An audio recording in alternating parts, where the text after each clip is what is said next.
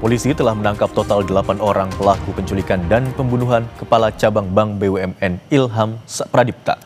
4 orang diantaranya merupakan dalang dari penculikan dan pembunuhan Ilham.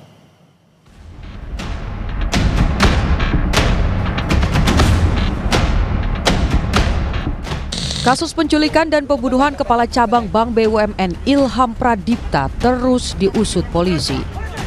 Polisi menangkap 4 otak penculikan dan pembunuhan.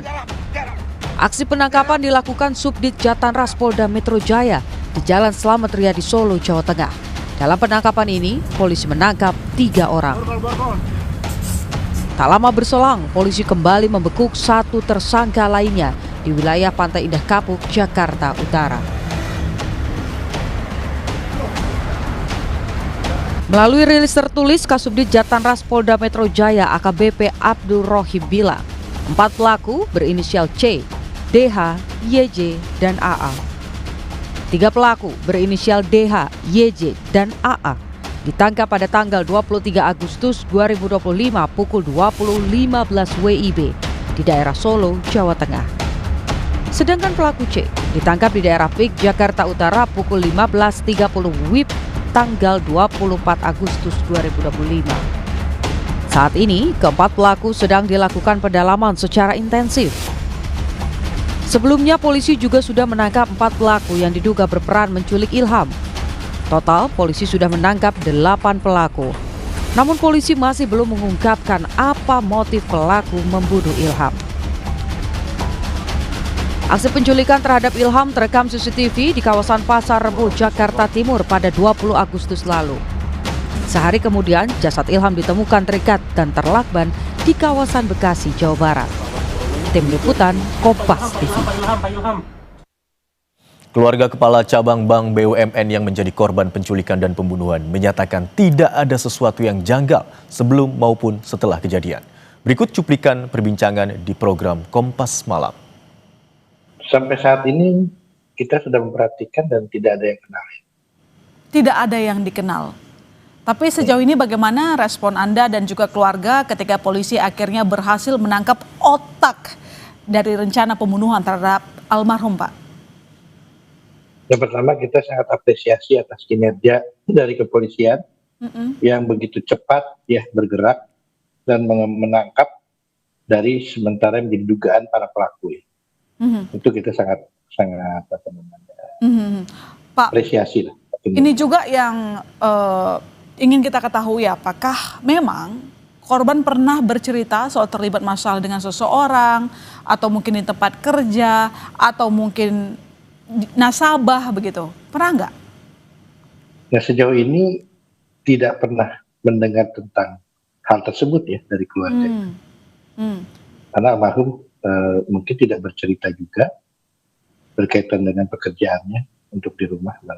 Itu sih informasi yang saya dapat. Ya, jadi kejadian yang menimpa almarhum itu di luar prediksi dari keluarga, bahkan mungkin membuat kaget semua keluarga ya, Pak? Iya, sangat kaget karena almarhum itu orang yang ramah, baik.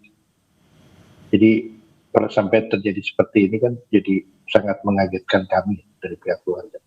Sangat tidak menyangka ya. Terjadi. Sangat tidak menyangka dan tidak pernah sama sekali terpikir bisa sampai menimpakan keluarga. Jadi apakah memang korban benar-benar tidak pernah bercerita, misalnya mendapatkan ancaman begitu? Tidak pernah bercerita tentang ancaman. Apapun lah bentuk-bentuk intimidasi itu tidak cerita. Lebih lengkap terkait update pembunuhan Kepala Cabang Bank BUMN, kita bergabung dengan jurnalis Kompas TV, Zefanya Situmeang, dan juru kamera Junaidi Saputra di Mapolda Metro Jaya. Selamat siang Zefanya. Bagaimana penyelidikan pembunuhan Kepala Cabang Bank BUMN? Apakah polisi sudah mengantongi fakta baru dengan mengungkap motif pembunuhan ini? Ya, Imron, tentu kita masih menunggu keterangan resmi dari Polda Metro Jaya terkait dengan perkembangan kasus penculikan yang berujung pembunuhan terhadap Kepala Cabang Pembantu Bank BUMN ini, berinisial MIP begitu. Karena sejauh ini tentu yang masih menjadi pertanyaan adalah apa yang menjadi motif penculikan terhadap Ilham ini. Namun sejauh ini dari polisi sudah berhasil meringkus atau menangkap 8 pelaku yang saat ini sudah naik statusnya menjadi tersangka, di mana 4 diantaranya ini merupakan eksekutor penculikan dan 4 lainnya ini adalah aktor intelektualnya. Nah, dari informasi yang berhasil kami himpun, Imron dan juga saudara, salah satu eksekutor ini yang ditangkap di bandara di Nusa Tenggara Timur begitu, ini sehari-harinya ia bekerja sebagai debt collector. Kemudian untuk aktor intelektual, salah satunya yang berinisial DH, ini merupakan seorang pebisnis profilnya yang memiliki usaha di bidang pendidikan non formal. Sementara untuk terkait dengan peran dari masing-masing tersangka ini masih didalami oleh polisi secara intensif tentunya untuk mengungkap kira-kira apa yang menjadi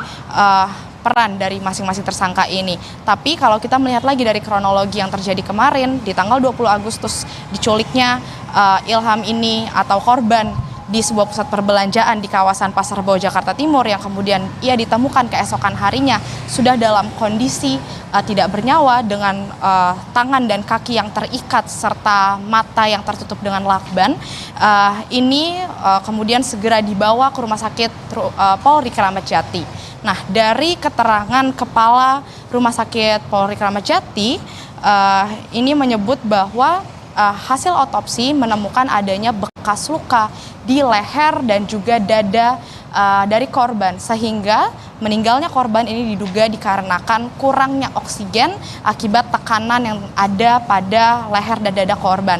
Karena kalau kita mendengar tadi juga kesaksian dari keluarga begitu ya, tidak ada menemukan adanya cerita dari korban di hari-hari sebelumnya begitu terkait dengan apakah punya musuh, kemudian hal-hal yang mencurigakan atau ia merasa mendapat ancaman. Ini keluarga bilang tidak menemukan hal tersebut, tapi keluarga ini juga bersaksi bahwa ia merasa korban ini dikuntit atau sudah diikuti oleh para pelaku sebelum terjadinya penculikan. Sementara itu Imron, kalau kita melihat dari kesaksian kuasa hukum para pelaku, khususnya eksekutor begitu, mengaku bahwa kliennya ini ditugaskan hanya untuk menculik, tidak untuk membunuh. Ia ditugaskan untuk menculik korban yang kemudian disuruh bawa ke sebuah tempat yang lalu nantinya disuruh menjemput lagi begitu.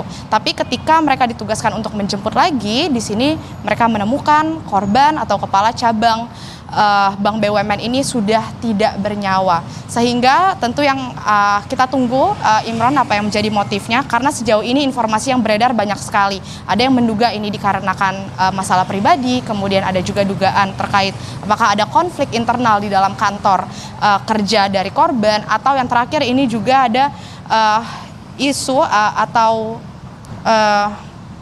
soal kecurangan yang berkaitan dengan kredit fiktif. Ini yang selama ini motif yang beredar, tapi tentu kita harus menunggu apa yang menjadi hasil penyelidikan dari polisi khususnya di Polda Metro Jaya ini.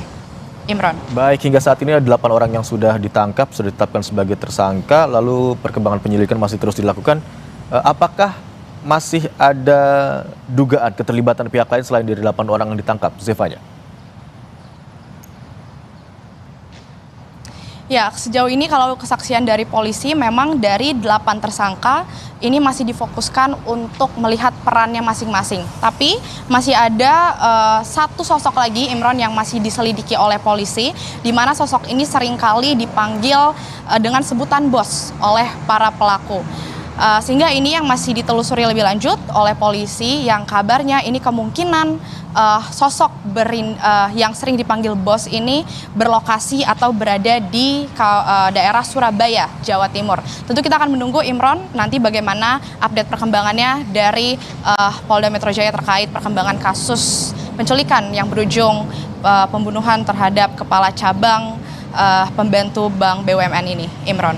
Baik, hingga saat ini polisi telah menangkap dan menetapkan 8 orang tersangka. Sementara itu peran dari masing-masing pelaku masih didalami untuk mengetahui motif pasti dari penculikan dan pembunuhan ini. Terima kasih atas laporan Anda, jurnalis Kompas TV, Zevanya Situmeang, dan juru kamera Junaidi Saputra.